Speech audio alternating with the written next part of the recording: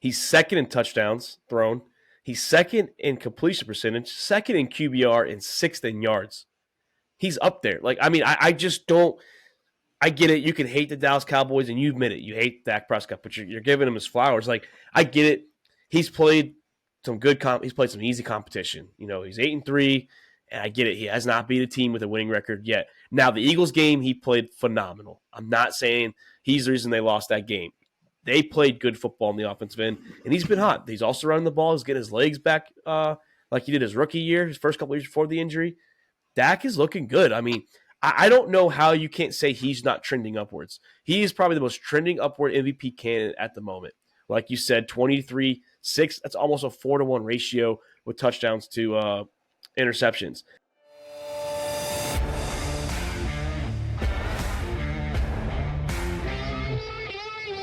All About the Balls podcast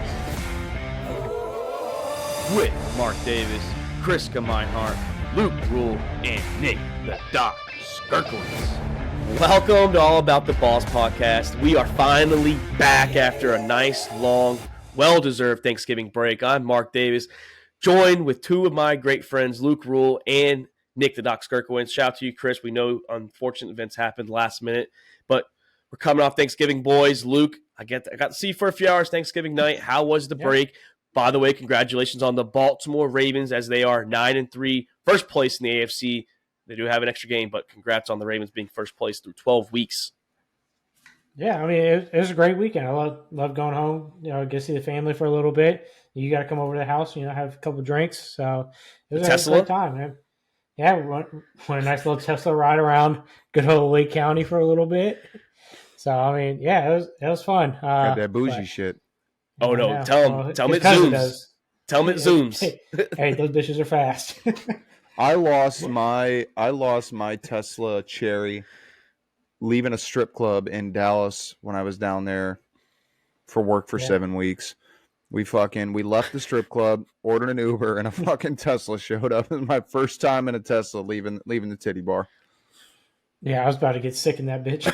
I turned sport mode on. I stopped the car and I just hit it. And roller coaster right there. I've been drinking all day, and we got in the Tesla. Yeah. Whose was it? That's my brother's essentially. He owns a Tesla, and when I go home, when I don't have a rental car, he just gives it to me. I stay with him anyways, and then. Oh, must be nice to have that money, dude. Dude, it's fucking sick. Just be letting people take your Tesla. Fuck it, dude. Take my Tesla for 2 weeks, man. I don't give a shit. Well, if I crash it, it's on me. But I'm not crashing that bitch. Not crashing that bitch anytime soon. So, but no, Luke, it was great seeing you. Though. It was great seeing you. It was. Yeah, it was good weekend. Back-to-back wins for the Ravens, and they ride off into the bye week this week. So, riding high on it. And Doc, speaking of wins, first off, welcome back to Thanksgiving. Hope it was a great week for you. I hope you enjoyed some good food. The Bears, you got half of what you wish. You got the Panthers losing like they always do. Fired their coach. We'll talk about that later. But the Bears pulled off a great win. Most exciting game of the week. 12-10 over the Minnesota Vikings. How you feeling? Dude, the Minnesota Clowns, first of all right? An absolute fucking shit show going on in Minnesota. The coach should be on the hot seat after that one. Absolutely embarrassing. Fucking Dobbs, 4 picks to one of the worst defenses in the league this year. I will say they are looking better week over week, but my God. Since you got Sweat, your defense has turned around a little bit, honestly.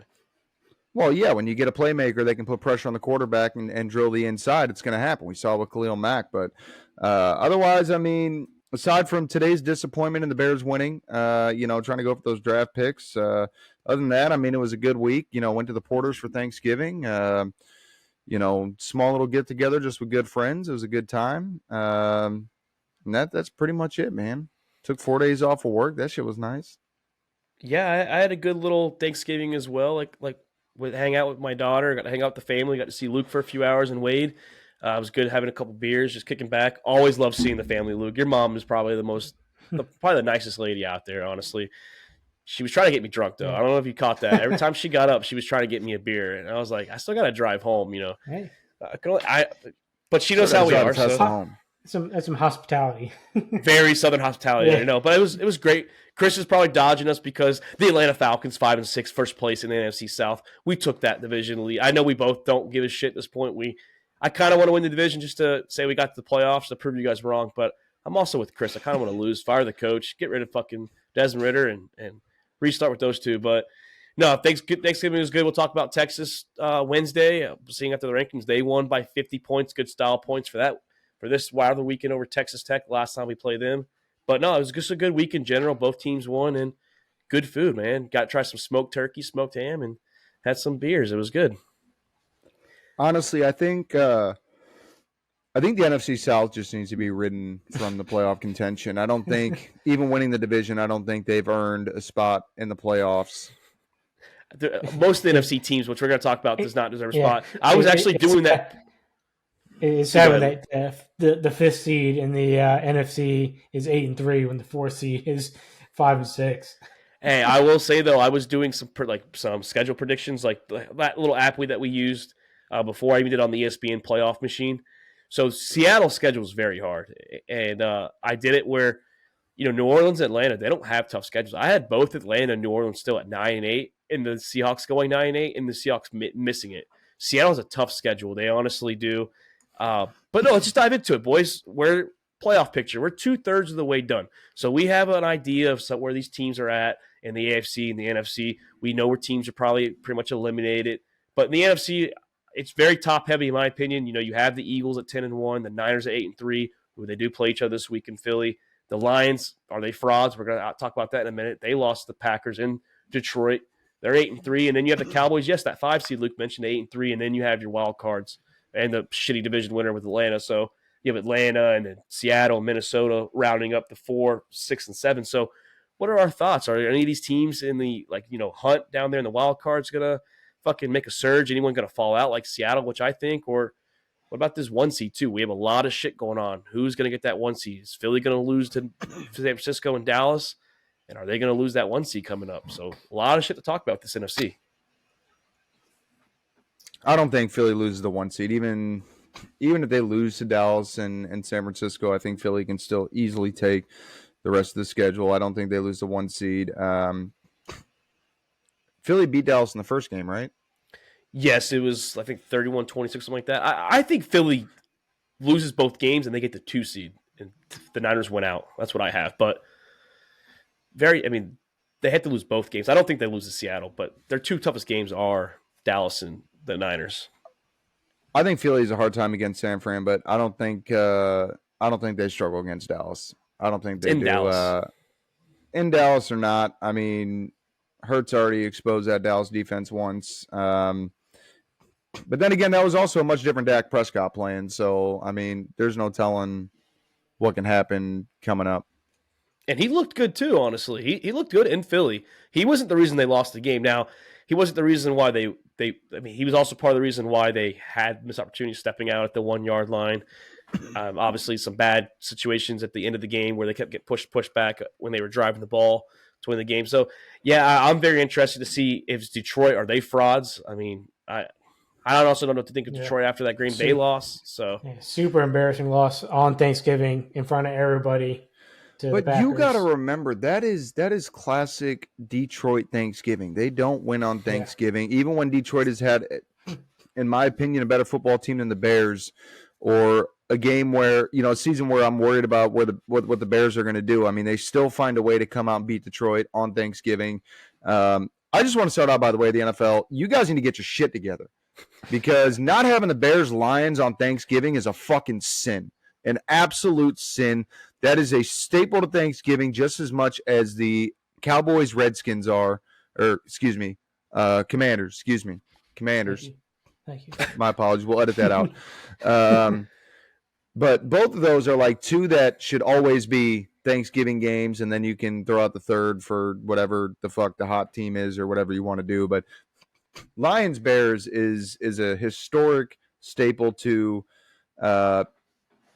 Thanksgiving football. That's all I got to say about that. No, but Luke, you were hitting it. It was an embarrassing loss. I mean, I'm very high on Detroit. I still think that they can make a push still. maybe not for the 1 seed. Maybe like they could be a 2 or 3 depending on what the Niners do and potentially the Cowboys. But I don't know. It was an embarrassing loss. Jordan Love, he's being evaluated, and he cooked them. I mean, he did a good job against the Detroit Lions defense. Goff didn't look good at all. No, Goff's got what 7, 8 turnovers in his last 2 games. So I think he's just like uncomfortable playing now. It looks like I don't know what's changed with him in the last couple of weeks that he just can't figure it out how not throw interceptions or fumble the ball. Like 1 week he threw 3 interceptions, and the next week he's fumbled 3 times. Hey man, he's doing Jared Goff things. He's going back. He's reverting back to classic Jared Goff, LA Rams style of football. Yeah, the whole reason he got traded away from the Rams. Now he's really showing it.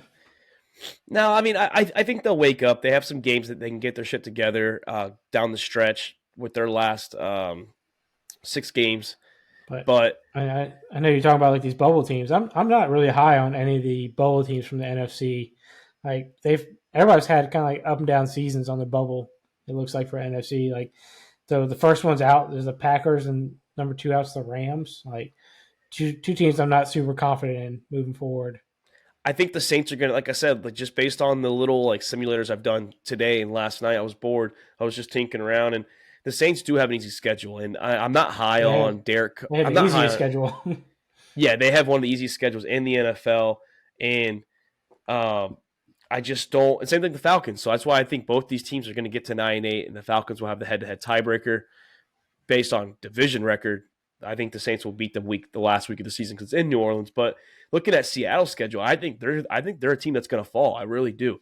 They have to play Dallas, they have to play the Niners, they got to play the Eagles. That's 3 tough games in a row that you have to play teams. 3 very tough games with a Geno Smith that is playing like a typical fucking just got my payday and now I can stop trying so hard. Yeah, and then they have the Titans and they have the Steelers at home. They have the Steelers at home. They have the Titans, but the Steelers, their offense looked a little better without Matt Canada yesterday. And I know they didn't score a lot of points, but the Steelers play defense, and that's a game I can see Kenny Pickett going into Seattle. And then they play the Cardinals, so I can see them losing 4 of their last 6 games and literally only going 8-9, potentially 9-8 if they want to beat the Steelers. But I have the Saints with the tiebreaker over them. That's how the way it folded out. So the Seahawks, man, they're looking off so good, and like you said, Luke, I don't see anyone really there like the Rams and the Packers to make it. But I can see the Saints still sneaking their way in based on their schedule. Yeah, I mean, the Bucs aren't – I mean, they're playing some tough teams, so maybe I just kind of see what the rest of their schedule looks like. But they're another team that's could sneak into there. I don't see 9 wins. I don't see 9 wins from them anymore, Luke. I'm sorry. I hate to say that. I still got them at 9 wins. still riding it. Oh, they have to win 5 of their last 6. So they have to win 5. So that's I'm going to be honest. It was a bold prediction at the beginning of the season. It was. I think that they're better off just skipping the first round and putting 4 teams in the playoffs, and that's it. Not even a division winner for the South. The NFC just looking very weak. And, we talk about a embarrassing loss to the Packers for the Lions. And honestly, I mean, every team's going to have one. I mean, let's not forget the embarrassing loss by San Francisco to Minnesota, the 3-game losing streak that they had, and they've managed to bounce back, and they're looking better, even though they were dealing with a couple injuries. But I think the Lions are going to be just fine. Jared Goff, obviously, he's got to tighten some shit up and figure it out, but the defense looking way better than I expected for Detroit. I'm not going to say they're looking elite. I think that they're looking good. But I think, especially in the division that they're in, the Lions, I think they're going to be fine. They're going to have no problem securing that division. As far as a playoff push, I don't think they make a very deep playoff push. I mean, I think they go playoffs, and I think they bounce out of the first round. But I was looking at before I had the Vikings winning tonight, so it's going to change now. But I actually had the Vikings and Saints tied going into Week 18. Now that's different because my faith in Minnesota has fallen off with the Dobbs story. His little miracle story it's kind of fallen apart the last couple of weeks. So maybe that changes now. Maybe the Lions go into that last week against Minnesota, not much to have to fight for, maybe just a better seeding. But I did have them both going into the week 11-5, week 18. So it was very, very. I was supposed to, and it would have been the Sunday night game because I've been playing for the division. But I don't know now what to think of the Vikings too. Like that Josh Dobbs story, it's shakeable. It's it's in shambles, and it sucks because it was a cool story, and now he's just falling apart. Yeah, well, Josh Dobbs just coming back to what we knew he was. Landed back on Earth. Yeah, he's not in space anymore. But this Eagles-Niners game though, this is going to be like everyone said, like on the Eagles. Hey, they can sit there and cry all they want to about last year. They would have won. What could have happened? Shut up and play. This week right here, this is going to tell if the Eagles beat the Niners and the Eagles still get the 1 seed. That just shows that the Niners can go into Philly and beat them in a big game. That gives them confidence for the playoffs if they meet them back in the link in Philadelphia. So, I think if Dallas beats Philly and the Niners win out and the Niners beat Philly as well, that 1 seed is going to go to San Francisco. So, San Fran, they have a chance right here to make some noise and shake up the Eagles a little bit, who are just skating by their last 2 games too. Good for them for winning games. They survived Kansas City because of the drop pass. They would have had time to still score against the Chiefs, but bad drop pass and the Bills' miscommunication in overtime when Gabe Davis was doing his correct route, but on a one-on-one, Allen expected him to go straight instead of to the corner. So they have survived the last 2 weeks. So yeah, I mean, Eagles show like they're still a beatable team, but they're just figuring out ways to finish games off. And that's what matters. That's what matters. That's great coaching. That's great coaching. And good for Hurts too. Like, I'm not saying he's the best quarterback, but he's focused. Like, he knows he's played better. He's not taking it for granted. And he's finding ways to win in the fourth quarter and overtime when it matters. And that's like you and Doc say, that's all that matters in the long run of the games. That's what a leader does. That's what a fucking elite quarterback does. You find a way to win. Unlike Josh Dobbs. Plus, they're wearing Kelly Greens. Come on, you really think they're gonna let them lose in Kelly Greens? Still one of the sickest uniforms in the game. I love those throwback Kelly Greens for the Eagles. I was expecting to see Mark Wahlberg come out to catch a pass. Bradley Cooper was he should have gone out there. He was in attendance too. He was fucking rocking out there. Those uniforms, Doc. I don't know if you were watching the Eagles game yesterday. I know you were napping. The Eagles, you know how like they're so light. The rain was so thick and heavy. It looked like dark green by the end of the game. It was so fucking bad, that weather. I saw a very, very small bit of it yesterday between working around the house, helping the wife, doing shit. I mean, yesterday was probably the least amount of football I've watched all year long. It wasn't that many good games. I mean, I was happy to see my boy Kyron Williams back from the Rams. I actually had the sound on that game a lot during the multi-view games, even though the Eagles and Bills were on. I had a lot of investment in Kyron Williams, and he was balling. He's a fucking freak. Good to have him back. Yeah, unfortunately, I missed a bunch of the games yesterday too. I tried to check in as much as possible, but traveling from Orlando back to Nashville was long day at the airport. That's a long. Yeah, that's for sure. But Luke, I know you're watching the Ravens and the Chargers, so let's get to the AFC playoff picture. This is we talk about top heavy. This is an interesting conference. You have the 4 top teams, all division winners, all at 3 losses. Now the Ravens have the extra win. Granted, they have played an extra game. That's no knock on the Ravens at all. They are 9-3. But the Chiefs, the Jags, and the Miami Dolphins, all 8-3 right behind them.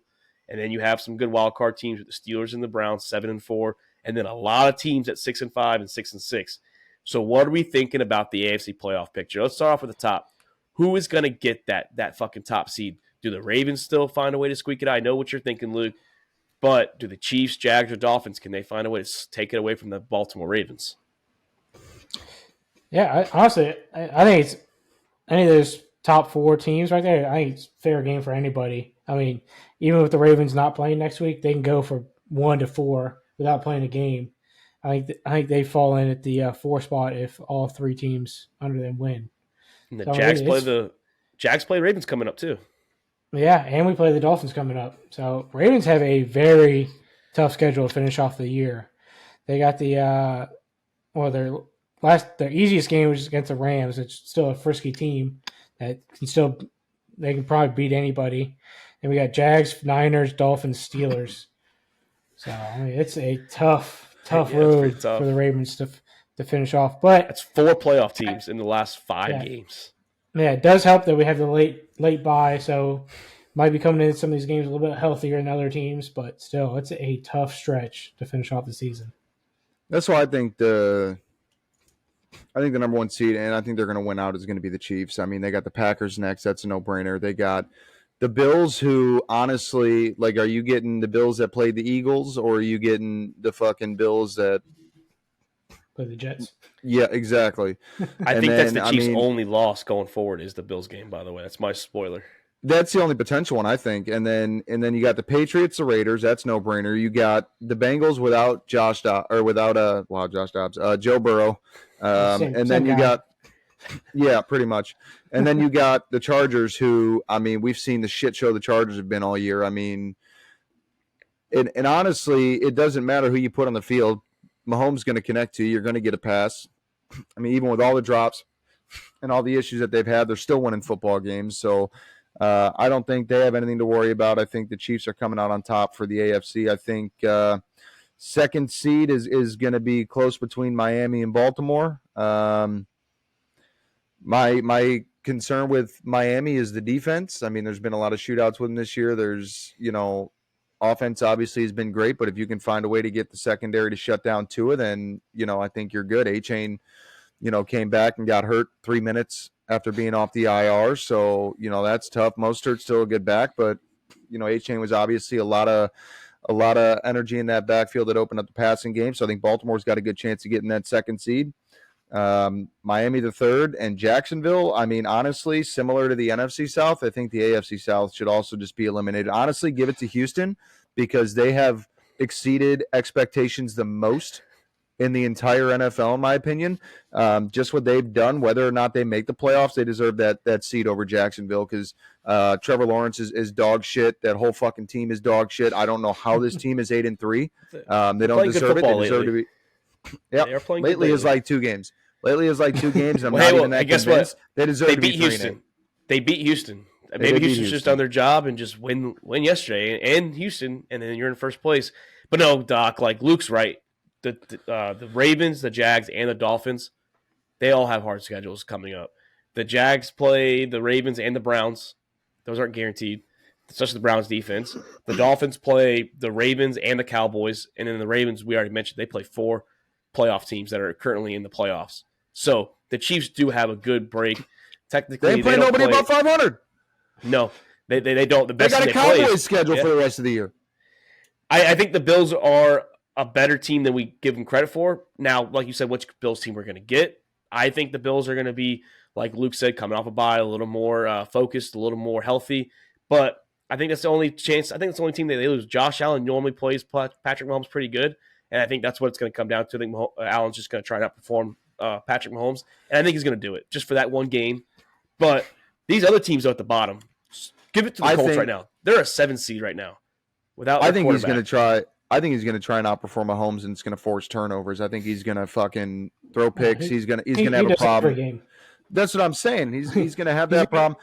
And this is a Chiefs defense that is far better than I could have predicted at the start of the season. It's no, yeah, it's true. I mean, he'll probably have a turnover or 2, but I mean, you could. So this pass interception did not cost him the game. Yes, he had 1 turnover. It was a great read from James Bradbury. Hell of a read. Like, I'm not taking anything away from the corner like that. I get it. Allen has turnover problems. But this pass interception, if you just give up 1 time a game, that's not the end of the world. You can survive that. The defense, though, needs to be better. I don't give a shit if they have injuries. Get it to fucking together. Like, there's no way that you allow 17 points in the 4th quarter against the Eagles. So, like, it was just confusing. They were so good yesterday, and then they blew it. It was like the Auburn-Alabama game. Auburn had it just like the Bills did, and then they do some dumb shit at the end of the game to give it away. They're playing the same way like Los Angeles. The Chargers are a much better team than what they've been playing, and that's like you said, which team are we going to get? Honestly, I think against the Chiefs, are they playing in Kansas City? It's in Kansas City, but it doesn't bother me with Allen. I think that Allen plays the Chiefs normally good.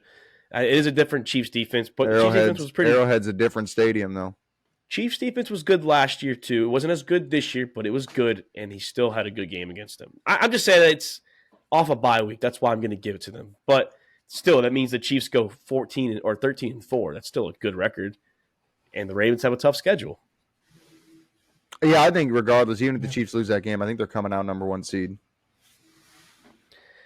And how about these bottom tier teams in the playoffs? The Colts right now, 6-5. They lost their quarterback a few weeks in the season. They're playing with Minshew mania. The Broncos the Broncos are making a surge. They're on a 5-game winning streak. The defense is playing a lot better. Russell's not putting them in situations to lose the game. Remember, he's Mr. Unlimited, so he knows what he's doing because he's unlimited. The Broncos are turning around. Now, the Bengals are pretty much done. I think the Texans play the Colts the last week of the year. That could be the play for the last playoff seeding right there. So Colts, Texans, and Broncos, and potentially Bills have to win out. But some good teams right here you got to watch out for in the bottom. I think there's some decent wild card teams in the AFC.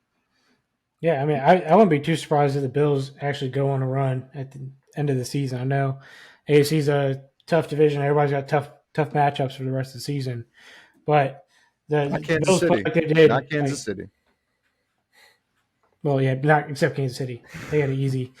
They'll win pretty much. Maybe at most they drop 2 games, at most. But the Bills have a tough schedule too, kind of. I mean, it's not easy for them. They play Dallas still, and Miami. I mean, and Cincinnati. I mean, Cincinnati. Let's not take away from the fact that they are in the hunt.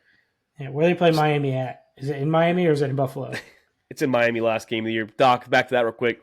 The Bengals are done. Like they're in the hunt because Joe Burrow and the offense got them back. Agree. I think that they're done, but at 5-6, they are in the hunt. I mean, Browning's got to come out and play some fucking stellar football. Don't get me wrong, but we've seen crazier things happen with backup quarterbacks. I mean, Browning could do it. I don't think he's gonna. I'm not. Don't get me wrong. I don't think he's gonna. My bubble right now is Buffalo, Indianapolis, Houston, and Denver. That's my bubble, and that's not even like just because they're the records. I mean, Las Vegas ain't gonna do it. Chargers, I don't see the Chargers winning out and making a push. I think Chargers are too far gone at this point. Yeah, I mean they're even in a worse spot than Cincinnati. They have to win out, and they would need teams like some teams that like even the Bills serious losses. The Bills could maybe get in with 4 of their final 5 games, but they would need teams to lose. Like 11-6 is ideally what you're going to be at. You can maybe get a 10-7 team in, but you might have a couple 10-7 teams. So it's like the Bills are unfortunately they have to win. Their playoffs start after the bye week. They have to win out, and they have to play the Chiefs and the Cowboys in back-to-back weeks. So that's no picnic out there for the Buffalo Bills. I do think they're the bubble though, Doc. I agree. Keep all. I mean. I wouldn't be surprised if Josh Allen and this offense says, fuck it, let's put the team on our back and let's go out there and score 35 points every game. So I wouldn't be shocked. Josh Allen usually does play pretty good in like December too. He does, yeah. I wouldn't definitely not count him out. It's been too warm for him. That's the problem. Yeah, it's got to cool down. My 8, I mean, I'm going, obviously, the 4 division leaders are making it, Miami, Baltimore, Jackson, and KC. I'm adding Pittsburgh and Cleveland. And then I think Buffalo and Houston are my other 2. And I think that would be Buffalo and Denver are a swap, I think. Well, if you have Pittsburgh and Cleveland, you can only have one more. So, I mean, I have Houston. I think Houston's going to take that spot. I think they're going to go 11-6, beat the Colts the last week of the season. I'd take that. I'm taking seeing that's tough because Pittsburgh is a shit offense, but Cleveland's on the hot seat right now with the quarterback situation.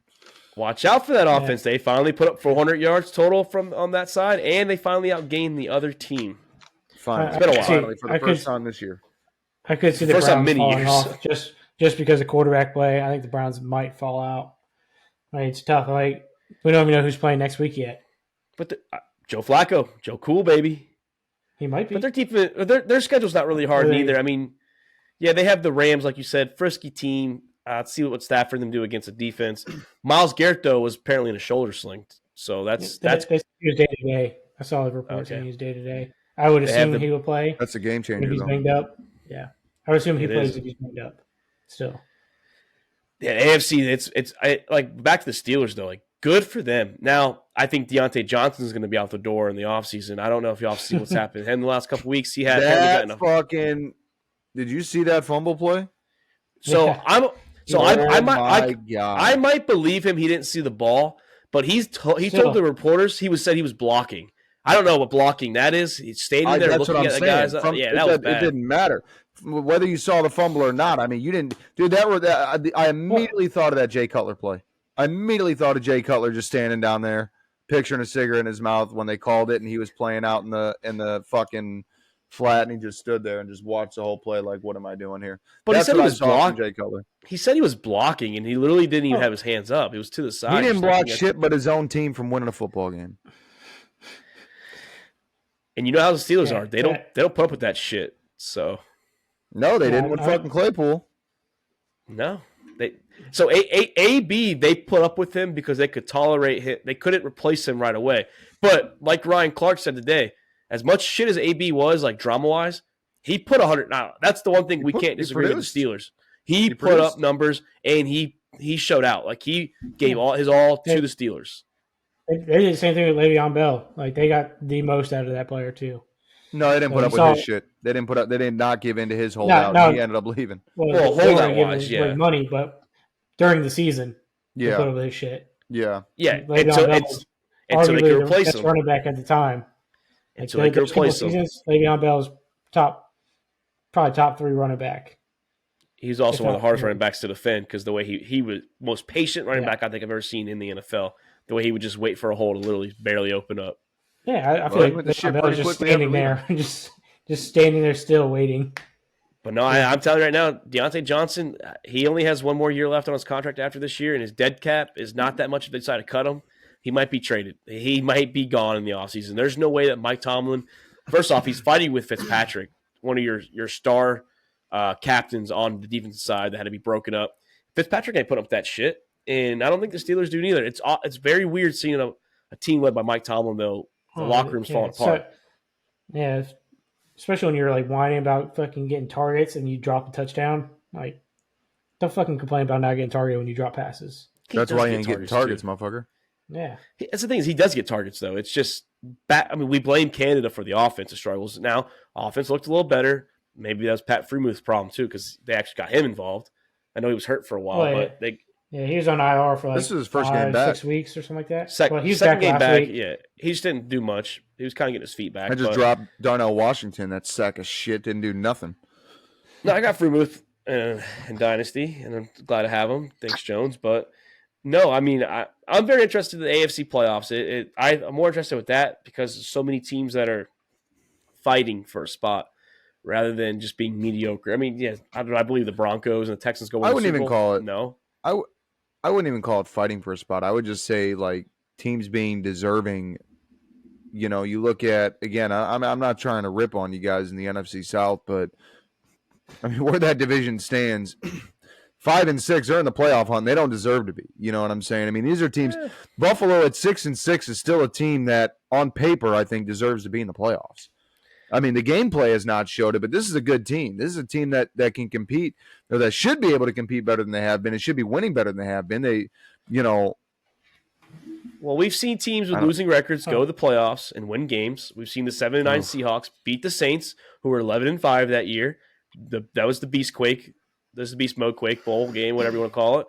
And the Panthers were 7-8-1, and they won a playoff game with Cam Newton. So that just shows that those teams that they beat did not deserve to be in the playoffs. So if you're in the playoffs with a losing record or 500, or it can't be 500 unless you're tied now, but then fucking beat them. If you can't beat these sorry teams, then you don't deserve to be in the playoffs neither.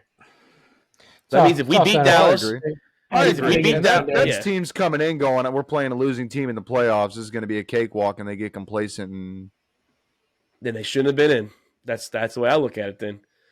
We were better. We were better when it mattered. You know, I'm not saying we're going to go host the Dallas Cowboys or the Philadelphia Eagles and we're going to wipe the fucking floor with them, but never say never. You never know who's going to win that any given day, right? That's just play the guys in front of you. Don't look ahead. 100%.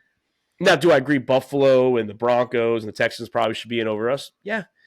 The AFC this year is better than the NFC. The NFC has fallen apart in the last few years. The times have changed. The NFC used to be that better conference. Now it's the AFC. Just like all sports, one side gets better and the other one gets worse over time. But that is true. We see that a lot in NBA and MLB especially. All eyes, though, on those 4 top seeds right there. I'm excited to see what the Ravens, the Jaguars, the Dolphins, and the Kansas City Chiefs do. Very excited. Good luck, Luke. Your team's gonna need some little luck right now. I get a nice relaxing week for 1 week with no Ravens playing this week and no UCF Knights playing. So just get to enjoy some football. No UCF Knights? No, they don't basketball. Play this week. You got basketball you can watch. I'm not watching basketball. I don't watch fucking basketball. You guys should be good though, Luke, because you're not in a contract year for Lamar Jackson, so he's not gonna pretend to be hurt and sit out and skip playoff games. So, the one game that Doc was not actually watching last night to talk shit should have been last night. Even if Lamar gets hurt, Huntley's still a pretty good option at quarterback for a backup. It's a Pro Bowler. He is a Pro Bowler. And he also won us games last season. So. Also lost you a game, too, in the playoffs. Yeah, he did. That fumble on the goal line for a 99-yard return is what lost it. Not Joe. It wasn't Joe Burrow's quarterback play that won them the game. I actually defended you that. Mistake. I defended you there. I actually looked at it. If you look at Joe Burrow's playoff game by game. He's not that good. He's only really had one good playoff game, and that was against the Bills last year.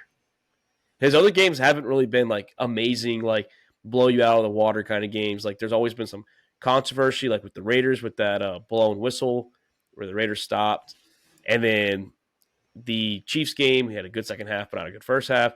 So he hasn't really had a full good game from start to finish. Besides the Bills game, I'll give him that. He did play good against the Bills. And he's been injured more than Lamar Jackson has. So who's injury prone now? I did help you there. I did say I did prove you Chris wrong. I proved you wrong a little bit yesterday. I was waiting for that text with those kickers. You didn't respond to that kick. I was so fucking bored last night. I was like, let me pull up all these kickers since 2012. It's Matt Prater. He's kicked the most 50-yarders. So just saying. He is a UCF Knight. He is. And Greg the Leg's right there behind Tucker. And then since McManus came in the league, he's kicked more. It's a lot of kickers kick 50-yarders, but let's move on from the AFC and NFC. Well, what you didn't look up was 60-plus yarders. Oh, did Tucker miss one yesterday? But see, it was 50-plus that you said in the text, so I only looked up 50. Well, check up 60-plus next. Well, once you get bored. I haven't looked at the stats, so I don't know. I would say it's probably him and Prater. It's probably the most still. Yeah, Prater's had a few, I think. It was surprisingly, Matt Bryant was up there for the time he was that was a former Falcons kicker, the old guy. Vinatieri was still up there for a while, but then he hasn't played since all of 2012 to now. So I stopped counting his when he left the league. But he was also way older than Tucker, so I don't blame him not kicking. Yeah, Vinatieri played forever too. God, he did. But something that hasn't happened forever: the Dallas Cowboys player winning an MVP, and I don't know. I was looking at it last night. Dak Prescott, I believe, is putting his name in the MVP conversation. I don't give a shit what his schedule's been like, who he's played. He's been hot lately, and that was against a good Eagles team too. So right now, Dak is the third best odds to win MVP. Do we think that Dak can actually surpass the two guys ahead of him and actually win an MVP for the Dallas Cowboys? Yeah, I don't trust Dak at all. I mean, yeah, he's hot right now, but he hasn't been hot all season. He's had some fucking terrible games this year, especially early on this season. So I don't trust Dak winning the MVP. I think he'll drop some more games. He's relying on his defense to win them games. So, yeah, he's hot now, but I don't think he'll finish off hot either. I thought the same thing early on when, Dak relied on the defense to win games, especially having Dak on fantasy and seeing the numbers that were going up. But honestly, you look at some of these games, even with the defense showing out, Dak is finally coming out throwing the ball. The offense is finally moving the chains. It's not like the defense is being relied on to get the stop, get the turnover, whatever. But it's not like that second game of the season where it was literally all defense doing everything. And first couple of games being bad, I mean, that's across the NFL. That's across the NFL. It takes teams a couple of weeks. It takes most players a couple of weeks to warm up, especially quarterbacks, to get in the groove and find that traction. But honestly, I think this is some of the best Dak football we've ever seen, and that's surprising because I fucking hate Dak Prescott. I loved him at Mississippi State, but I mean he has been such a disappointment as far as I'm concerned coming into the league. Slow start, had a really fucking solid season. I don't remember what year it was now. I know we were talking about it a couple weeks ago on the show, but this is a guy that like Jared Goffed it and just went to dog shit consistently, and he's finally coming out and playing like the Dak Prescott football that they invested in, the one they wanted all this time. They finally got him. 23 touchdowns, 6 picks. I mean, the guy is playing lights out quarterback football. You take the couple of weeks out. I mean, if he had just 100 yards each more in those games. I mean, the first game, I think he threw, like 90 yards passing or something because the defense just absolutely destroyed. Oh, yeah, that was a Giants game where they won 40-0. It was nuts. But, Doc, you mentioned the stats. He's second in touchdowns thrown. He's second in completion percentage, second in QBR, and sixth in yards. He's up there. Like, I mean, I just don't – I get it. You can hate the Dallas Cowboys, and you admit it. You hate Dak Prescott, but you're giving him his flowers. Like, I get it. He's played some good he's played some easy competition. He's 8-3, and I get it. He has not beat a team with a winning record yet. Now, the Eagles game, he played phenomenal. I'm not saying he's the reason they lost that game. They played good football in the offensive end, and he's been hot. He's also running the ball. He's getting his legs back like he did his rookie year, his first couple of years before the injury. Dak is looking good. I mean, I don't know how you can't say he's not trending upwards. He is probably the most trending upward MVP candidate at the moment. Like you said, 23-6, that's almost a 4-to-1 ratio with touchdowns to interceptions. He's got a second highest QBR, just barely, literally. Brock Purdy, 75.6, Dak Prescott, 75.4. Like, that's your number 1 and 2 QBR. He's 0.2 behind. And then second in completion percentage, just behind Brock Purdy, 70.2 completion percentage. He's 70%. He's doing the right stuff. He has not put his team in situations to lose a game right now, and he's the hottest quarterback in the NFL. And it's usually a QB award. So, dude, tough game against Carolina, but going back to week 6 against the Chargers, 272 yards. Week 8 against the Rams, 304.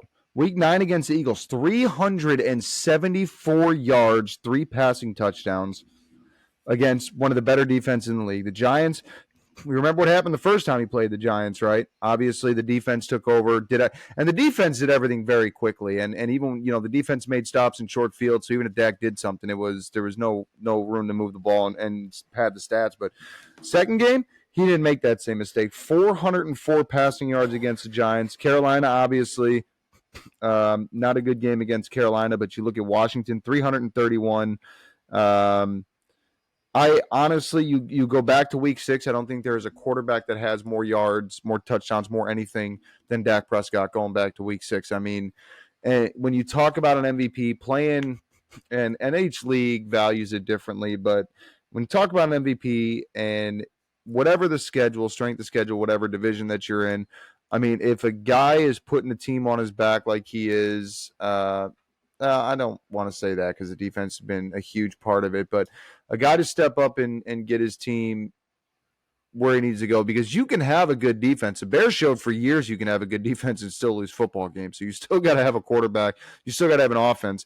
And Dak has shown that he can do that. I mean, even going back before week 6, he had some good games, but it really stepped up, week 6 and beyond. So, I mean, to not have him in the MVP conversation, I'm not saying he's a shoo-in, I'm not saying he's a winner, but to not have him in the conversation when we still got a lot of football left for him to really continue to run away with it, I mean, is absolutely absurd to not even consider having him in that conversation. Number 3 in fantasy points for QBs, number 6 overall. I mean, the guy has been an absolute monster. I cried when we did the dynasty draft, and that was my best available quarterback to draft when I picked was Dak Prescott.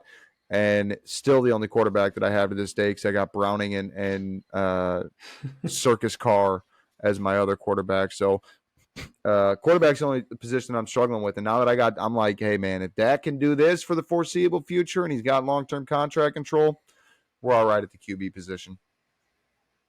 Yeah, I mean, I just don't see like Tua's up there in the favorites. He's got 10 interceptions, 22 touchdowns. Yeah.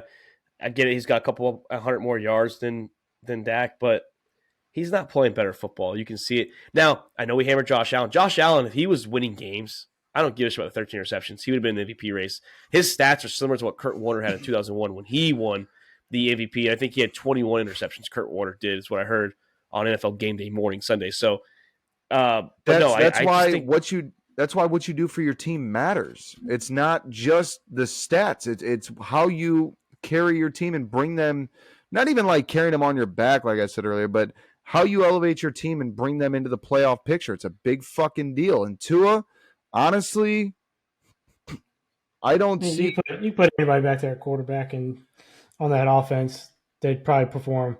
It's the same thing like Brock Purdy. You put pretty much anybody that's competent quarterback, and they'll probably play well. That's what I'm saying. And Tua's doing great. Don't get me wrong, but I'm not seeing Tua as that elite guy that doesn't matter who you play, doesn't matter the situation. I'm putting the house that he's going to get us into the end zone and win this football game. I'm not saying he can't do it, but I'm not betting the house on him right now.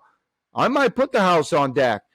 Down 6 with 1:30 to go from the 20-yard line or from the 5-yard line, punt down, coffin corner kick. I might take it on Dak. I don't know if I'm doing it on Tua. I mean, I might just because it's Tyreek Hill and Jalen Waddle, but you take either one of them. I mean, is Tua playing like this anywhere else he goes? Because Dak's got CeeDee Lamb, but Brandon Cooks and Gallup ain't all that.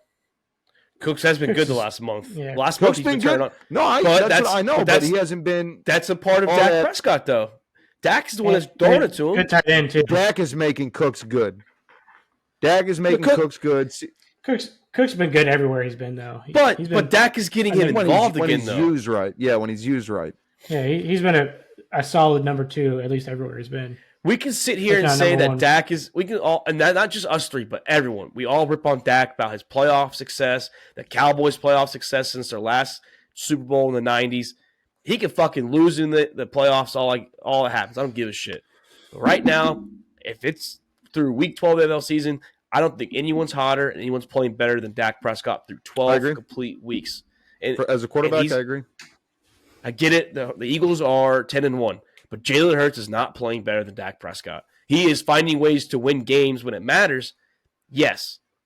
But that does not mean he's the better player currently right now in this part of the season. Just better team. Better coaching. Nick Sirianni, I think, is a better coach than Mike McCarthy. Look at Tua in a 34-13 win against the Jets. 243 yards. It's respectable.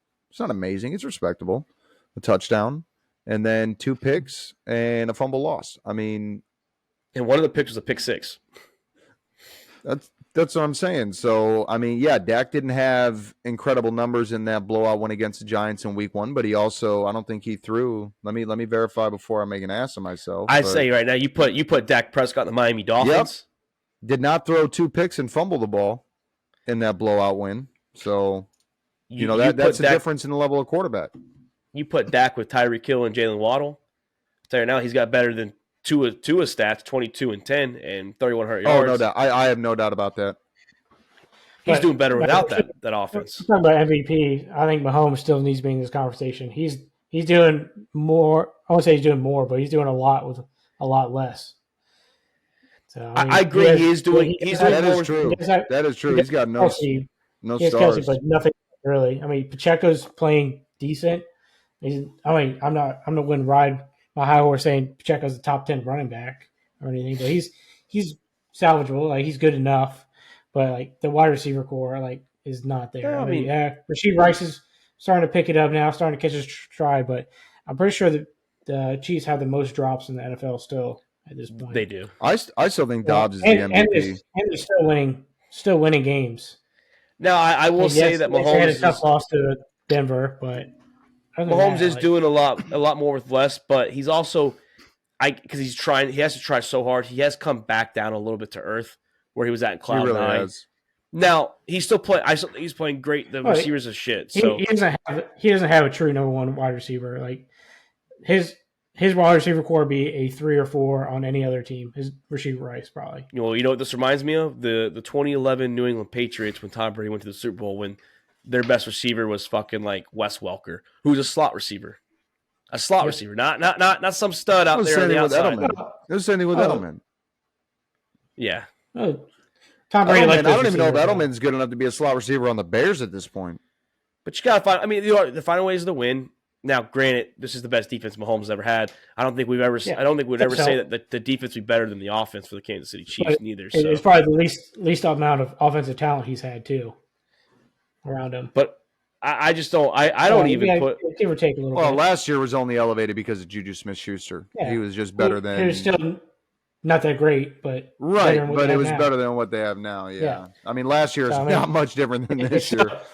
I think Mahomes still has to be in the conversation just based off. I agree. The lack of talent he has. Because when you talk about a guy literally putting the team on his back, his defense is not performing to the standards that the Cowboys are. I mean, so when you talk about a guy putting a team on his back, I mean, he makes a much better case of literally carrying that team.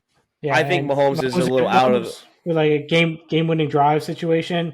I definitely would probably not count him out compared to a lot of other quarterbacks in the conversation. I agree. I mean, shit, damn near he had against the Eagles. Now he perfect throw. The receiver dropped it. Nothing you could do. I mean, nothing he could have done there besides actually walk it to him and hand it to him at the fucking 2-yard line. Perfect ball right in the hands.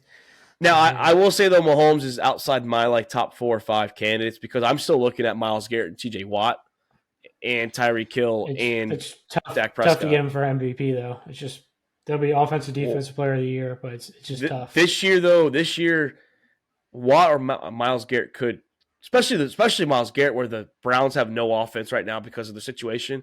If he carries this team to the playoffs, and let's say he's around 20 sacks, and the way he's playing defense, that might. I think you can make the case. But if Dak's playing hot and then it doesn't cool off, they're not going to pass away a quarterback. Even Mahomes turns around and let's say he goes crazy, throws 35 and 10 interceptions right there. Hey, get it right there too. But we're talking about being hot, boys. And there's a hot seat going on with these coaches. We've already lost 2 coaches this year. Josh McDaniels got fired from the Raiders, and Frank Reich today got fired for the Carolina Panthers.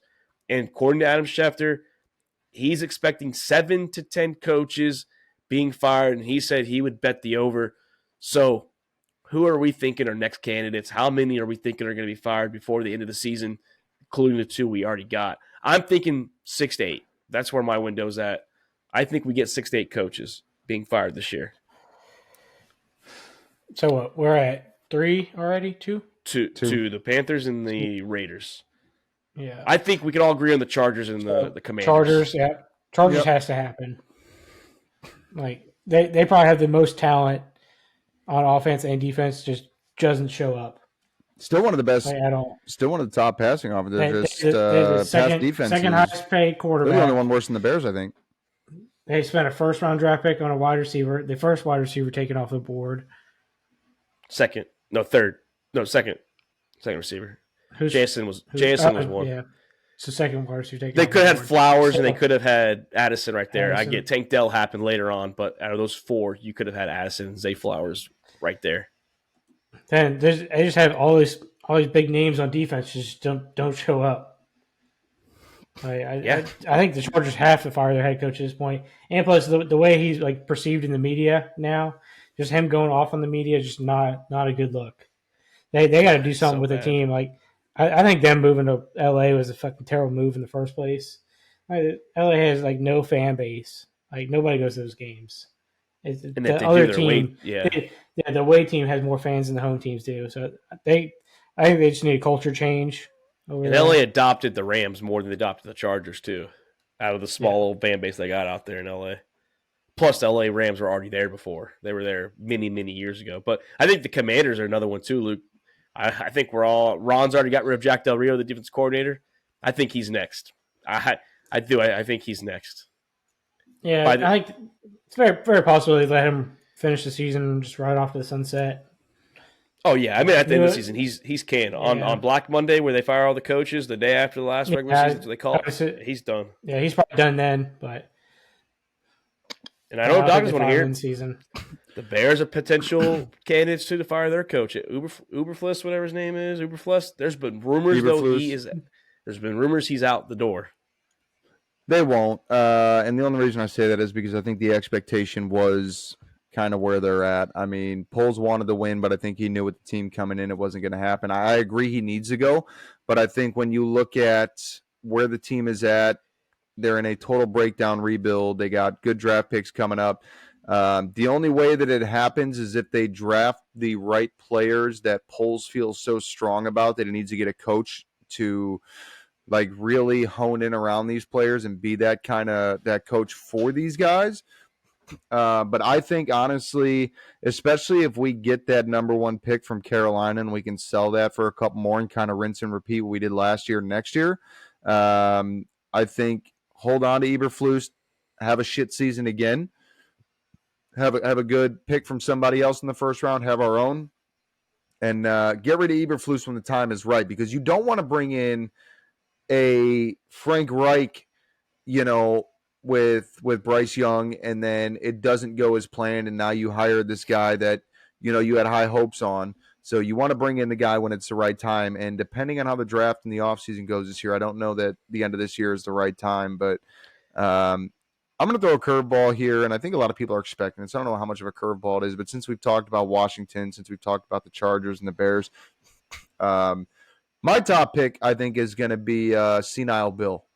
I'm going to go in New England. He's done. And I think like the constant flip-flop of the quarterback, like I think the guy just looks and sees a quarterback and is like, hey, get back in the game. And Bailey's like, I'm not the starter. Or Mac's like, you benched me. And he's like, I don't know what you're talking about. Get your ass back in the game. And like, I mean, they can't figure out what the fuck is going on in New England, talent or not. I mean, this is a lost franchise. It's got to go. I think that the experiment of Bill trying to prove that he can win without Tom Brady has long surpassed, and it has proven that it is not effective, and it cannot work, and it really calls into question. I mean, Bill's going to go to the Hall of Fame, but really questions how good of a coach is Bill really? You know what I mean? So the Bills know he's a good coach. The Bills could be looking to move on from McDermott. They fired the OC. Is he the next guy to go? And maybe they bring in an offensive mind for Josh Allen. I want to revisit the Bears real quick, though, Doc. Just real quick. I've been saying, I said kind of in the middle of the season-ish. Don't be surprised if the Bears fire the coach. They don't trade that pick. Lincoln Riley did not join the Pac-12 to go fucking play in Ohio and Michigan in the goddamn winter. Stinking Lincoln and Caleb Williams to Chicago. He coaches Caleb once again, follows him wherever he goes. Lincoln Riley and Caleb Williams to the Bears. Use that other draft pick for a receiver or offensive lineman, whatever the hell you guys want to use it for. And you got Caleb Williams. Justin Fields gets moved on. Don't be surprised. I'm not going to be surprised. I mean, I think personally, from where we stand, because we have another year with Justin Fields, I think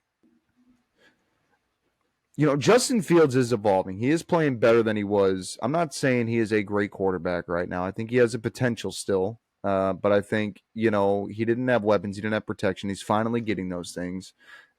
We've seen what he can do this year. A lot more consistently we have with quarterbacks in the past for the Bears. But I think don't waste a pick on a quarterback this year, because I'm honestly not super sold on any of the quarterbacks this year. Caleb Williams against top defenses is out there looking like Josh Dobbs did tonight.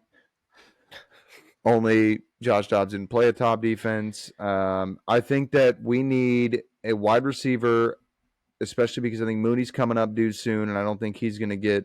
They're bringing him back into the offensive game plan, but they kind of wrote him out for a long time, similar to how they did Allen Robinson.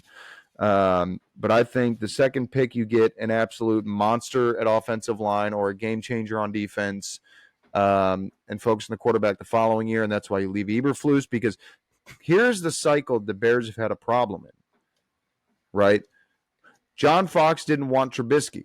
They drafted Trubisky. Then they brought in Nagy. Nagy wasn't here to want Trubisky, so there's no connection there. And John Fox didn't want him, so there's no connection there. Then Nagy, they brought in Fields. Justin Fields. Yeah. And if I don't remember if Nagy didn't want him. Well, that's why you fire Eberflus. You fire the coach and you bring in the quarterback you want with the coach. You bring in Lincoln and Caleb. They want each other. And then you have the QB and the coach that came together for the first time in many, many years for the Bears, like where they are stuck together. But Not saying it's going to work bringing out. in a coach just because he coached that guy in the past isn't the right move. You've got to have a coach and a quarterback that are high on each other. They're high on each other, all right. That's why he followed him to USC. Now, it didn't work out in USC, but I don't know. I'm just saying I wouldn't be surprised. Like, I would not be shocked if somehow Lincoln Riley gets out of USC the way he did Oklahoma. I don't remember if it was Stephen A. or who explained it. Somebody explained it really well with the carousel that's going on between coach and quarterback. And it was Stephen A. I think it was Stephen A. Basically, it was just that there is no, like, the investment. Every time there was an investment on one side, whether it be coach or quarterback, there was a shakeup and something changed. And so somebody came in like, that's not my guy, get rid of him. And then he was like, that's my guy. And then the coach gets fired. New coach comes in like, that's not my guy, get rid of him. And then, just rinse and repeat. And that's what the problem's been. So that's why I think leave Eberflus. Let the team shit the bed another year, because we're in a full rebuild. We need three solid years of sucking to get good picks, good capital. Start getting the prospects. That's when the veterans start coming in, when you can start throwing the money because you got money tied up in young guys, so it's less money. You can start putting some extra money towards some veterans to make this team elite. And then I think that's when you start seeing the real difference. What were you going to say, Luke, though? Yeah, something else that wouldn't surprise me is seeing the entire NFC South, all with new head coaches next season. I mean, not one team has played up to their expectations. I mean, Todd Bowles, I don't think he really is a head coach over with Tampa. If you watch him on the sideline, he doesn't call the plays, he doesn't call defense. He just kind of stands there, doesn't even I don't think talks on the headset. And Saints and Falcons both they got wins because the NFC South has to play each other, and they have to win some games. Somebody's got to win that game. I mean, Falcons have 5 wins. 3 of them were 3-0 against the NFC South. That's more than half our wins.